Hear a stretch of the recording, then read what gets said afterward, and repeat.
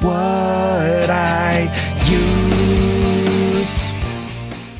Greetings, Illumineers. I get a lot of questions about the things I use for my setup for recording, the products and brands of materials and equipment that I use, and I'd figure I'd make a quick video showcasing all of the things that I like and use while playing and making my videos. Now, as luck would have it, I was going through some of my old footage, and apparently I had recorded exactly this thing earlier this year back in January, and after going through it, almost nothing has changed either production-wise or product-wise, but that did mean I had to make a new intro, which is what you are hearing right now. Also, the 9-ish month time delay will explain why I'm using Azurite C era core constructed decks in the video showcase instead of the fabled post-rotation ones now. Now, the only real changes to the setup are that I moved the pins on my box from the top to the straps. They just were running out of space on the top and I had to fit them over there. Otherwise, I've pretty much been jamming the exact same thing overall this whole time. In that recording, when I'm talking about my camera mount, I'll be sure to insert some footage recorded here, since when I was recording it, I was actually using the camera mount, so it's kind of difficult to showcase it when I'm actually using it to record. So I'll make sure to show it because you obviously couldn't see it there. Also, in that time since then, I've gotten some new recent audio equipment and camera equipment to use, though those are mostly for event recording or stuff like this rather than recording my gameplay. As you may know, another local San Diego player and I hosted a big Lorcana tournament here in San Diego about 2 weeks ago as of recording this, and I streamed the entire thing, 10.5 hours. It was quite a lot. The full stream, as well as highlights and the full top 8, are available on my channel, and they're going to be linked below. I suppose that's a good place to start, which is where we've got our screen right now. So what you're seeing up here is the video feed from an Anker PowerConf C200. PowerConf C200. It's a really great, affordable little camera that shoots in 2K resolution, which is basically 1440p, and has good enough clarity for top-down footage with a variety of angles and zoom options with the built-in software. I don't use it to record my gameplay, but I did use them for the event, as well as the top-down table footage that you're seeing right now. They're attached to, you can kind of see right here, just this PVC, half-inch PVC pipe that I got from Home Depot. And rather than spending hundreds of dollars for a big complex camera rig, which I built for use in our events and for future events, I was able to get it done with about $10 worth of PVC, which is pretty good for me. Now, the audio here was also upgraded with the intention of using it for casting future events, as the audio quality from our last event was below what I would consider acceptable moving forward. It's a relatively cheap but fully featured little mixer. This is the Manocaster E2 Gen 2. What I really needed most was a multi-import mixer, so I've got my two XLR inputs, or it could be 1/4-inch jack, as well as multiple outputs. And basically, I didn't want to have to junk around with having different inputs into OBS, having a bunch of different brands of different headsets and microphones and all sorts of things, dealing with drivers and different things. I wanted everything to go into one mixer and then it come out of a single input into the computer. I actually did a lot of audio mixing and editing back many years ago in college, so being able to just plug stuff in, mix it, apply my gain, apply my settings appropriately here, and then just send it to the computer was a lot easier and made my life a lot easier. So this was probably the best price to feature ratio I could find. It was just a little over $100 on a flash sale on Amazon, and it normally goes for about $130 to $150. But great little mixer, does pretty much everything. Does pretty much everything I need, specifically with the 2 inputs, which is really nice. The microphone here is incredibly affordable. This is the little same brand, the Mauno, I think I'm saying that right, but the PD100 dynamic XLR microphone. Now, coming in at just $40, it does have a little bit of an issue blowing out peaks if I talk a little bit too close to it. But for the most part, it's pretty awesome for the money and gives great sound, especially when tuned right with the EQ gain and making sure everything's all good to go, especially with the compressors and expanders in OBS. Makes it just really, really nice and easy to use. I plan to use this for all of my voiceover videos moving forward, as well as getting a second mic for the casters at our next event. By the way, shout out to Kevin and Zach from Lorcana Goons for casting our first one, even with our shoddy equipment that we had. Hopefully next time we will sound a lot better. Anyway, without further ado, let's jump right into that previous recording, and then I'll catch you back up at the end to wrap things up. See you then. So the first thing I want to start is looking at the gear and things that I use to actually play the game. And so the first thing is this quiver case. I love this case. It's the perfect size for a couple of decks and some dice. You can see what I've got in here is I've got 3 deck boxes, a little case for my large dice, some spare cards. We usually get a pack for entry and sometimes packs for prizes. And then up top, I keep my my writing pad, which I'll talk about in a moment. But I love this case because it kind of takes everything and puts it in a nice little compact package. It's got little dividers, and it comes in a variety of sizes. This is the smaller one. There does come a bigger one that's about this big. I probably, if I were to buy a new one today, I'd probably get that one, but I do like this nice little compact size. It kind of gives me the opportunity to bring 2 decks and then a pile of just kind of like the extra cards if I want to swap things out, or keep some trades or things on me. And I love that this kind of like leathery outside part is great for putting all my pins on, although I'm starting to run out of space there. Next up is our deck boxes. So there's a ton of different types of deck boxes that you could use, tons that I like to use. I really like using the official Ravensburger deck boxes with the art on them.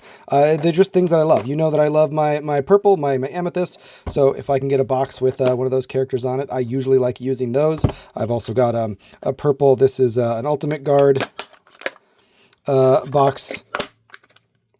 The Ultimate Guard Premium Protector. I forget the name of it. I'll make sure to put links either on screen or in the bottom of everything that's in here that I use. But I just like these boxes. I love having the art. They're maybe not the best boxes in the world in terms of, you know, making sure your cards don't fall out.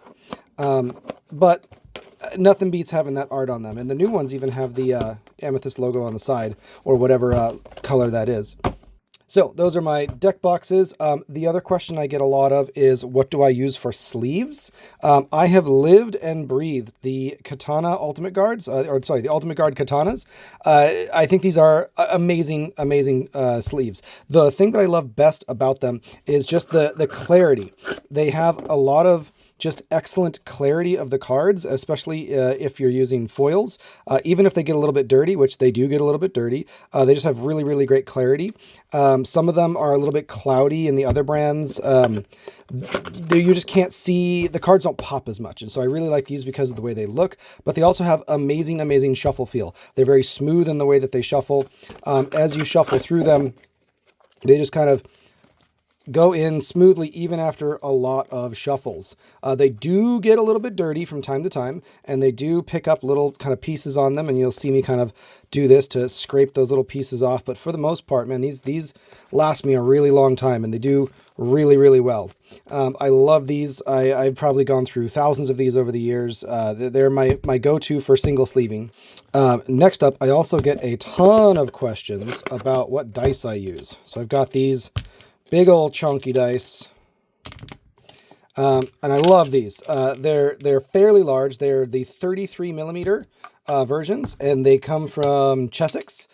Chessex makes amazing dice. If you've ever been to a store and you see their dice aisle or their dice section, and they've got those little boxes with a bunch of dice in them, they're probably Chessex. But you may not see these. I've only ever seen these at conventions or ordering them online. These are the 30 millimeter versions, and they usually run about $5 a piece. I love them. I think they're amazing. I love that they're big. They roll great. They just are like a statement in of themselves, and I love them so much. Next thing I get asked about is this little black thing. It looks like a phone. It's actually not. It's more like a flimsy piece of plastic, but it has some magic in it where you can write on it, and then a little button on the back to clear it. And I'll just use that for, you know, tracking my lore, tracking my progress through the game, tracking for both of us. I used to use a piece of paper before that. I just write them down on a piece of paper. I just like this because of the immediacy, and I don't have to keep throwing papers away or having to get new pieces of paper. I can just reuse this the whole time. The only downside with that is if you do want to go back and look at your games, or if you want to reference a series of events from a previous game, you wouldn't be able to. Where you would on paper, you'd have that previous record. This is just more of a thing of a convenience. If I am playing in a bigger event like a store championship or anything, I would be using paper and making sure to track and keep every single one for my rounds. Now, you might have noticed my lovely set champion playmat underneath here. I actually used this a lot right after I won it, but I kind of got sidetracked by it because there's so many great playmats available, especially in Lorcana with the Lorcana art. I'm always a big fan of showcasing art, but before Lorcana, I had a bunch of playmats I would use for Magic. Some of them I would get signed. They'd always be themed or something. I played a lot of blue in Magic. So I'd like to get, special artist, or there'd be Kickstarters. This is John Avon with his Unglued Island. This was one of my favorites that I would run for a long time. And then, of course, the Snipcaster Mage from Star City Games, back when they did a bunch of parody mats. I always loved this one as a parody of my all-time favorite Magic card. But since then, I've just been blown away by the quality and the designs of a lot of the Disney Lorcana ones. So, for example, I got my my Pooh Wizard, my Honey Wizard. I got the let me go grab it. All right, I've got also this the Moana, How Far I'll Go. I absolutely love this one. This was one of the first where I was like, I absolutely have to have this one. You've probably seen it in a bunch of videos. This was the one I played with for quite a while until getting the Store Champs one, and then eventually replacing it with the one you've probably seen a lot of, which is the Elsa Fifth Spirit. This one is just absolutely beautiful. I love this one so much, and it's just such a fun expression of art and game, and just kind of combining all these things together and just making the entire experience just better and more fun. I really enjoy it. Now, the last thing I have, I can't actually show because I'm currently using it. So I'll put something up on screen. This is my neck mount. It basically goes on like a necklace. A lot of people use different methods. A lot of people use just tripods with a GoPro or something like that. I very much prefer this, both for its perspective and immersion for the viewer. It feels like you're playing, but it also feels like it doesn't intrude on the table or the gameplay like something like a tripod would, because it would go right in the middle, right in the middle of your view. And it's not sticking up off the side, requiring me to be at the edge of a table. So I very much enjoy this kind of neck mount, but specifically I had to turn it upside down because originally it was a much lower perspective, which you probably see in my older videos. And since flipping it around, it gets a little bit higher, a little bit better viewpoint, much more close to where my eyes are. So it's easier to see, what I'm doing. So I very much enjoy that.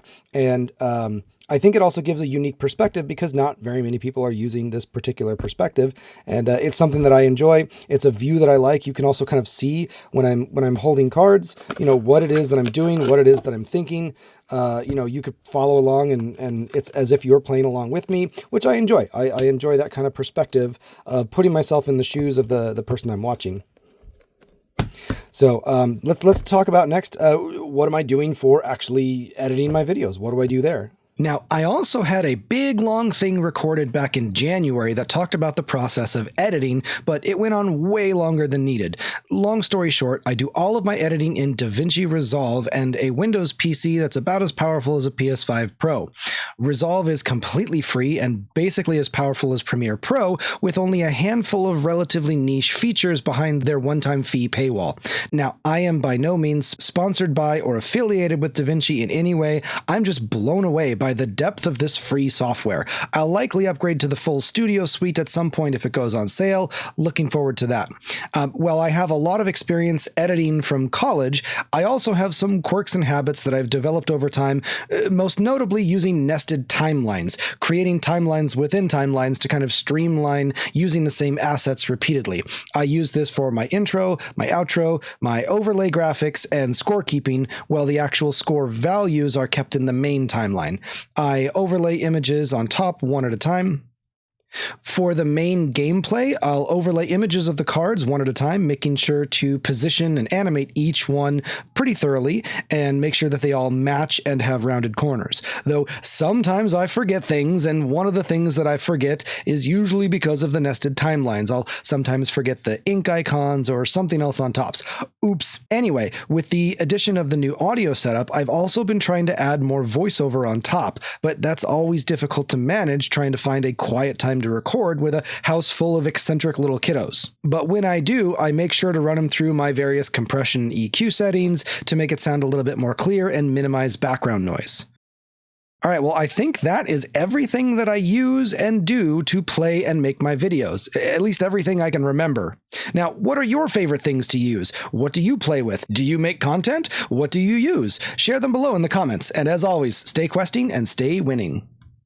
If you enjoyed that, please don't forget to like and subscribe, and if you want more gameplay or breakdown videos, check out the playlist and recommendations here.